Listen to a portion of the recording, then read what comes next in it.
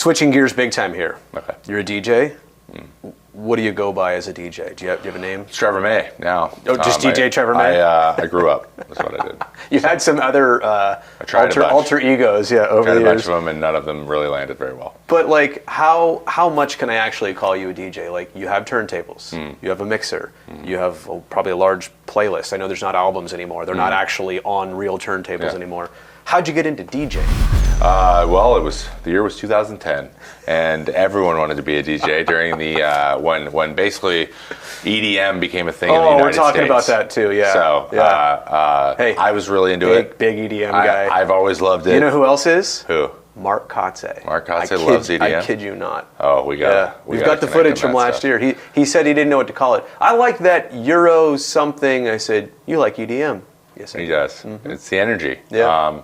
Which we've had a good amount of it mixed into our playlist, which I cannot say was not landing well last year. So I was definitely on an island. So, but I was really into the music. My brother actually produced and made music for a long time. He's 6 years older than me. So, but I was always the kid, like in high school, like I would burn the CD with like stuff that maybe people haven't heard off LimeWire. The songs you legally downloaded. Please don't retroactively. Get me in trouble. Guilty too. So that the next step was to like the DJing part. But you know what DJs are? They're performers. So it's right up your alley. Like playing music where people were reacting to it. That was always something that I enjoyed. EDM for me, and I've said this before. I said this to Mark. It's underappreciated. People call it techno. They don't even understand that sometimes there's beautiful music there. Just because it's not made by traditional instruments, don't knock it. I don't know what you like about it most. I like the drop. Yeah, I like when the beat, when it gets the big boom. Build tension, and you pay off. When I work out, stories when are made. Yard work, anything productive that I'm doing, chances are that earphones are in and EDM is playing through it. Yeah, I mean, I listen to the really chill stuff in the morning when I'm doing some writing or whatever, and then later in the day, like when I head home, and I'm tired, and I'm like, I want to go do something.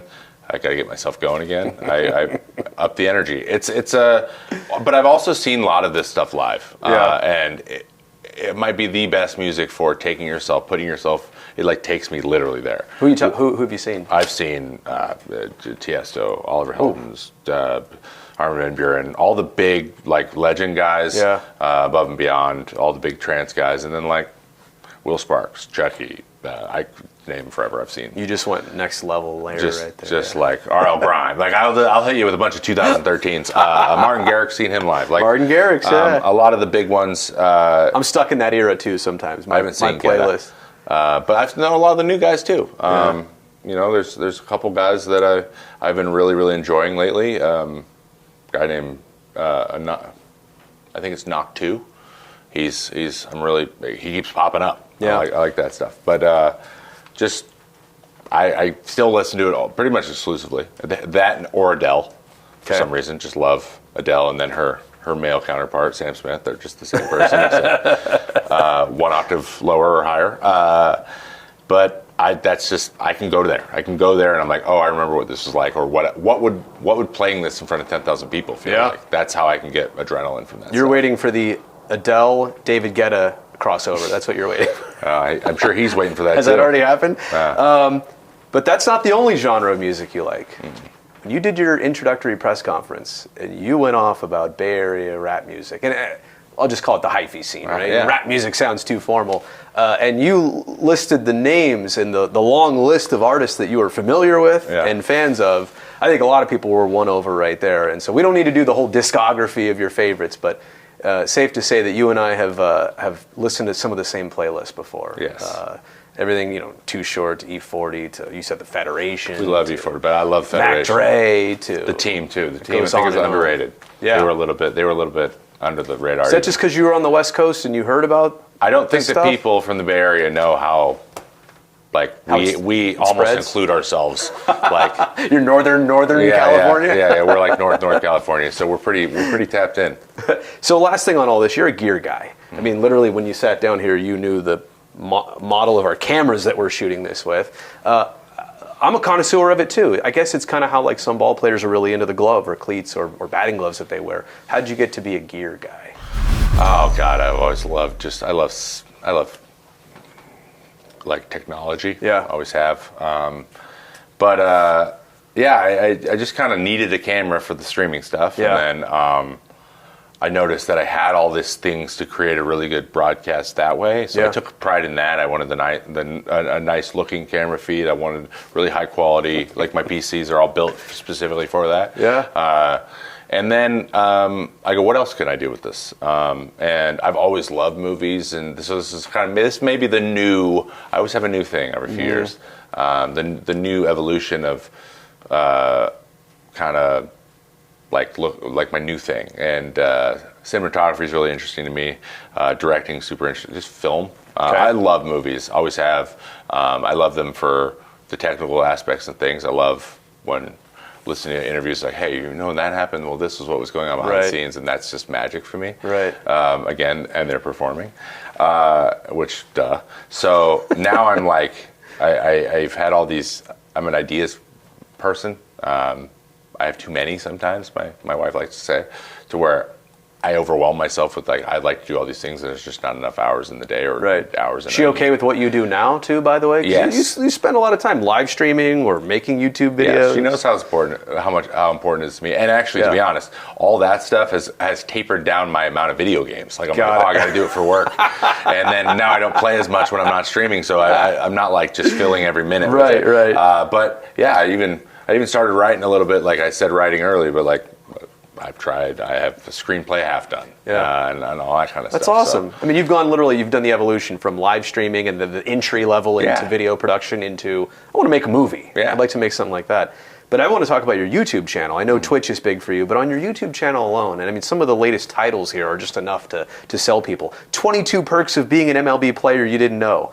MLB player, makes up his own awards for 2022. Or how I went from L to W in 2022. That's great content. I don't want to cheapen it by just calling it content. It's a great idea. You executed well. I recommend everybody check out these videos, by the way.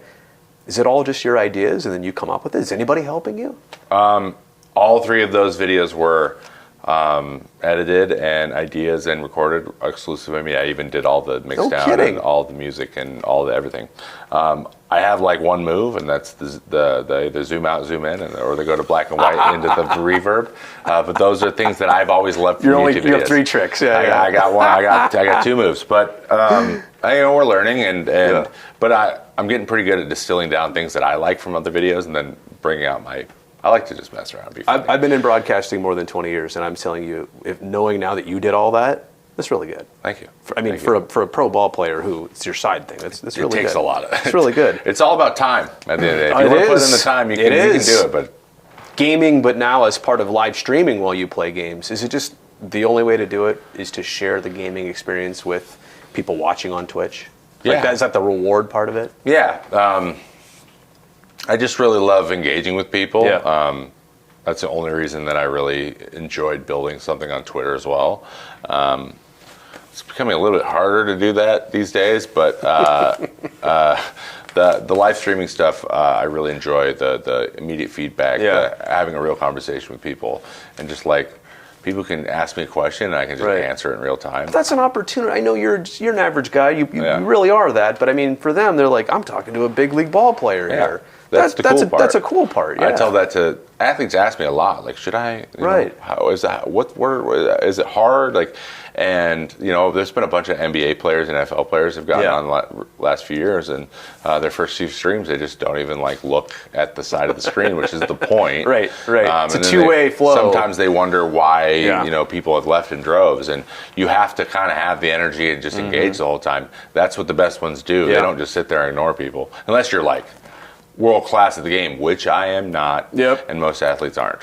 Are there other people's streams or YouTube channels that you watch and say, I kind of want to be like that, or you aim yourself towards that? I'm going to be honest, the first guy I ever met or talked to or interacted with really to stream in any real way was Tim the Tatman, who's a personal friend of mine now. Tim's a really great guy, and I've been able to hang out with my wife, his wife, and us, and meet his son, and His best friend from high school has become one of my best friends. Real friends now. That's awesome. He's the one who's my co-host of my podcast. So those guys are the ones that I saw the first time, like in 2016 when I started. And he's another guy he's very good. Yeah. But the guys he plays with are always usually better. Yeah. And but he's the comic relief for the most part. And that's usually what I am in most groups. And we're the same age, and we graduated the same year in high school. So we all got I would have been friends with them. He grew up in Syracuse, New York. I grew up in Washington. But if we grew up in the same high school, we would have been buds. Last thing here for you on this note, you love the interactivity with fans and sports, and you're actually part owner of a fan-controlled football league. The Zappers is their team name? The 2022 champions. I've heard about this. I don't know much about it. What's the whole thing about the league, and what got you interested? Yeah, fan-controlled football is like real-life Madden, where the fans pick the plays, and it's like 7-man football. Like real players on the field. Real players on the field. So they're calling the plays that are about to be run, actually. Yes, and there's this whole algorithmic system where the fans that are right the most and that have the highest value plays, get a higher rating, and then it's weighted higher. And so the highest fans got to go to the playoffs and be up in the booth and encourage everyone, hey, we're voting for this. They were coaching and trying to convince everyone else to go along with them.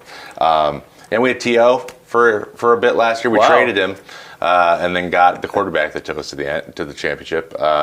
And we had Johnny Manziel for both years.